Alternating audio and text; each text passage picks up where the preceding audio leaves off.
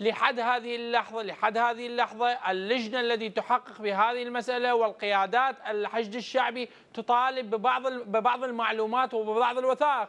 كل الوثائق التي تأتي إلى اللجنة وإلى القيادات الحشد الشعبي تكون أنها وثائق، ليس وثائق إثباتات قطعية.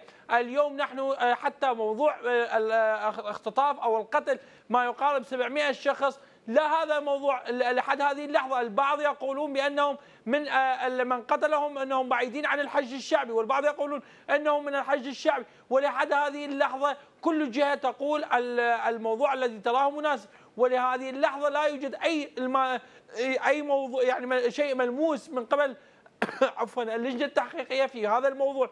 وكذلك نحن نطالب بتغيير هذه اللجنة عفوا حتى نرى بأن هل المقصر بأنه اللجنة التحقيقية هل يوجد صحيح بمثل هذه الخروقات التي حدثت مع المواطنين من قبل أبناء الحشد الشعبي أم من عدم